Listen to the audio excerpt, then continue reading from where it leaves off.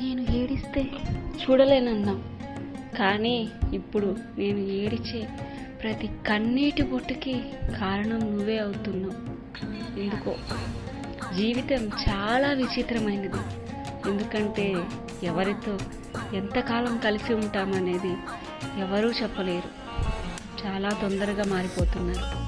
మనతో ఎప్పుడూ ఒకేలా ఉంటారు అనుకోవడం మన తప్పేనేమో. ఎందుకంటే అన్నిటికన్నా ఫాస్ట్గా మారేది మనిషి యొక్క మనసు, వారి ఆలోచనలు మాత్రమే కదా.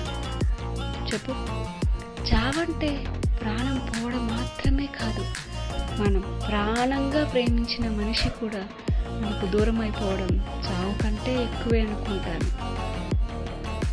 జీవితం విలువ కష్టపడితే తెలుస్తుంది అంటారు, అంతేకాని ఒకరిపైన ఆధారపడితే కాదు. నిజం.